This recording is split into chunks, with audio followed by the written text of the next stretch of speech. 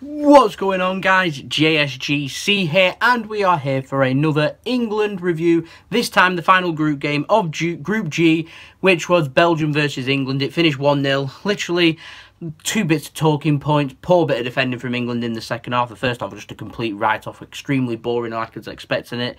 But good finish from Januzaj, turning it onto his left foot. Danny Rose commits himself, manages to use him as like a little target, bend it round him. Good finish. Jordan Pickford dives and for some reason goes with his arm this way, so his arm's kind of covered instead of going with this arm where he could have maybe perhaps got more than a fingertip onto it, and ends up going into the goal, making it 1-0 Belgium.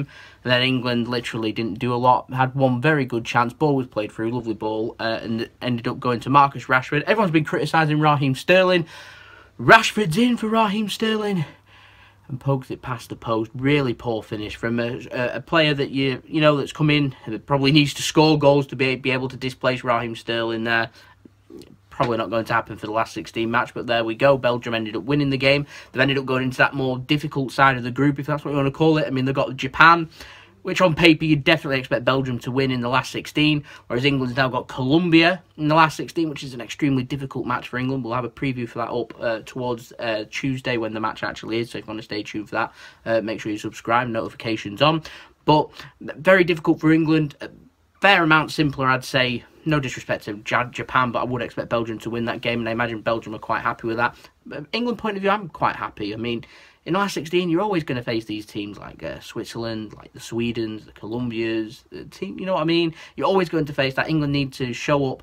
We're not playing the big boy. We're not playing the likes of Germany like we did in 2010. You know, we've made it out of the group stage like in 2014. We've made progress. We've got a team there that if we perform to the best of our capabilities and we can get Harry Kane involved as much, and Kieran Trippier obviously taking the set pieces because he's been ace on the set pieces in the first 2 games. We can get that involved. England can, you know, get a foothold of the game and try and grind out a win, because when it comes to knockout and England, we're not very good, particularly at World Cup. So it'd be great if we could actually knock out Colombia, because then you're looking towards the quarterfinals, and I'm looking towards Belgium just made a mistake here because they're going to be drawing Mexico or Brazil, which is on paper extremely difficult, particularly for Brazil in the quarterfinals, rather than facing what England face, which is Switzerland or Sweden. Which, if you can't give me the choice, do you want Brazil or Switzerland or Sweden? I'm going to take Switzerland or Sweden, no disrespect, but Switzerland and Sweden are more on par with England than what England are on par with Brazil. And let's face it, Brazil are a very good side, more than likely probably knock us out. So we've got an excellent chance, if we can perform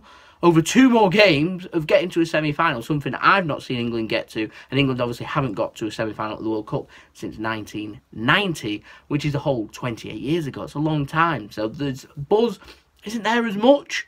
But if England could knock out Colombia, you watch that buzz come back for England. You watch it come back.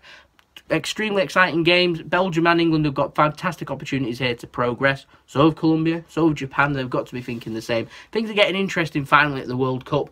We've got a day off from the World Cup obviously now as well. Our first day off since the competition started, and already I'm sure everyone's missing the football. But don't worry, we've got some ace games coming up in the last 16. Dark horse to keep your eyes out for the whole World Cup, though, in my opinion. Uruguay have they've not looked fantastic. No teams look fantastic, if we're honest, but Uruguay have showed a lot of consistency and been strong defensively, and you need to be strong defensively, you need to be consistent to win the World Cup, and they're showing them signs at the moment. I don't rule out Portugal either. You know, we've seen them at the Euros, how far they ended up.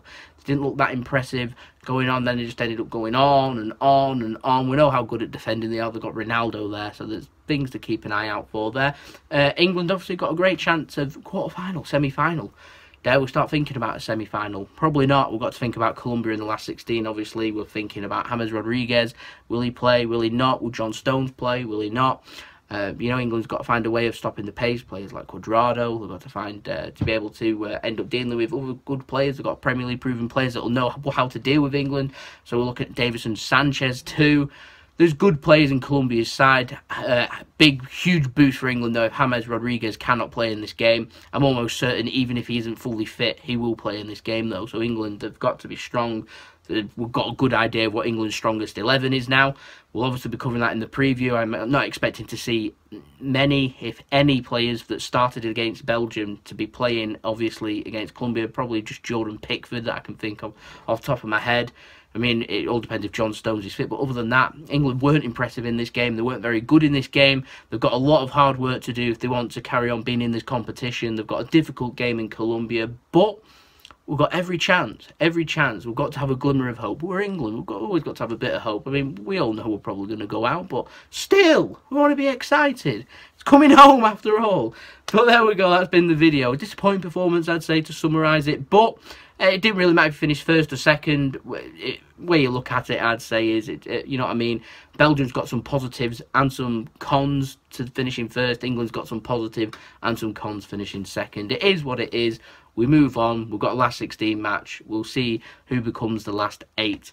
But there we go. I'll have the preview up before Tuesday, so you want to stay tuned for that. Like I said before, subscribe if you enjoyed the video. Don't forget to slap a like on it.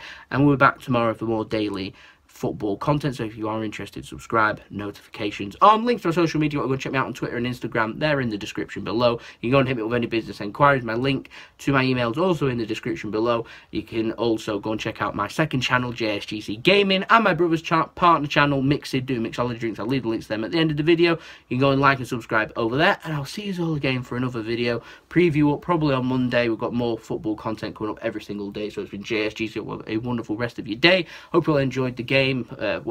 Did you all enjoy the game? I don't know. Leave in the comments if you did. And I'll see you all again tomorrow for another football video. So, there we go.